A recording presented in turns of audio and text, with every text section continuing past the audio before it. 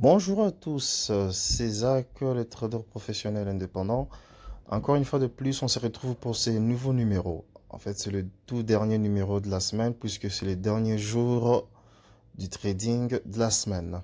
Alors aujourd'hui, comme vous le savez, c'est le premier jour, bon, disons, le premier vendredi du mois. Ce qui veut dire que le premier vendredi du mois, c'est le jour où il y aura l'une des annonces les plus importantes du mois, c'est-à-dire la publication de taux d'intérêt, des créations d'emplois non agricoles. Alors aujourd'hui, il n'y a pas vraiment grand-chose, mais c'est seulement ces annonces-là qui vont affecter gravement les marchés. Sans plus tarder, n'allons pas nous focaliser sur d'autres annonces, hein. On va juste aller voir ces annonces-là par rapport à leurs prévisions afin de pouvoir voir de quel côté on peut se positionner pour pouvoir avoir quelques opportunités afin de gagner en trading. Alors, nous allons aller, bah, déjà qu'on va d'abord juste jeter un coup d'œil sur la livre sterling encore en- en- sur le marché de Londres. Ici par rapport à la PMI construction, comme prévision, vous pouvez le voir, c'est 54,3. Comme vous le savez, le principe reste le même. Si le chiffre qui sera publié sur le PMI construction est supérieur au 54, ça veut dire tout simplement la livre sterling va aller à la hausse, ou ça va également affecter l'indice de la bourse de Londres, le FTSE 100. Si c'est inférieur, cela veut dire tout simplement que la livre sterling va baisser par rapport voilà, au chiffre de la prévision. Donc si le chiffre est inférieur, ça va baisser. Si c'est supérieur, ça va augmenter. Et pareillement par rapport au FTC, l'indice FTC 100. À part ça, nous allons encore aller, voilà, c'est juste tout, hein, mais le plus important, je pense pas que ça va vraiment affecter le marché puisqu'il y aura une annonce encore beaucoup plus importante que ça. Bon, disons des annonces puisqu'il y en aura au moins trois les plus importantes ou quatre, je sais pas. Bon, il y en a plusieurs là, mais les plus importantes sont en fait les trois. C'est les taux de chômage, hein, les taux de chômage.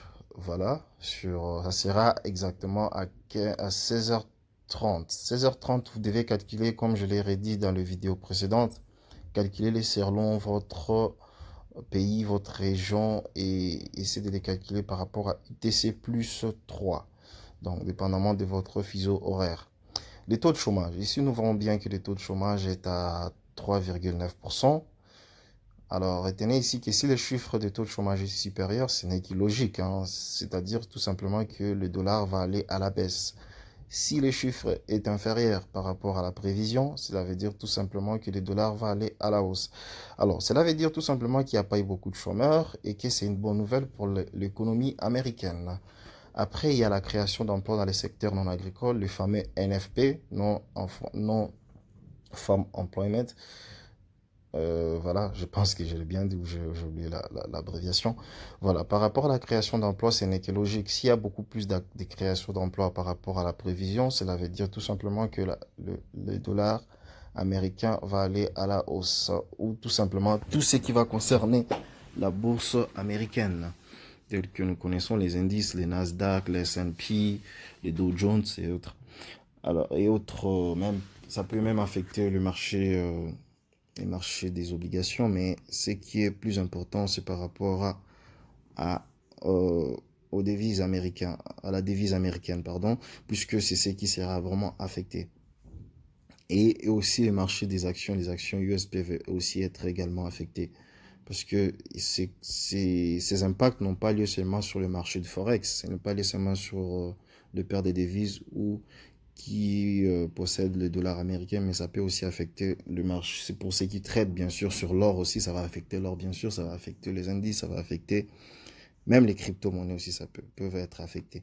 Après, nous passons au dernier, hein, plus important, salaire horaire moyen, salaire horaire moyen, voilà, pour le mois de février. Si le chiffre qui sera publié sera supérieur à la prévision, cela veut dire tout simplement que voilà, le dollar va aller à la hausse ou à la baisse. Va aller à la hausse plutôt. Si c'est inférieur, le dollar va aller à la baisse. Comme vous pouvez le voir, la prévision c'est 0,5%. Je pense que c'est vraiment tout pour le plus essentiel. Après, les restes sont juste des compléments qui seront publiés. Alors, retenez aussi que suivez de près l'actualité de la guerre en Ukraine. Hein, suivez vraiment de très près cette actualité-là parce que ça a aussi un impact. Il suffit qu'il y ait une déclaration de dirigeants politiques pour aussi affecter le marché.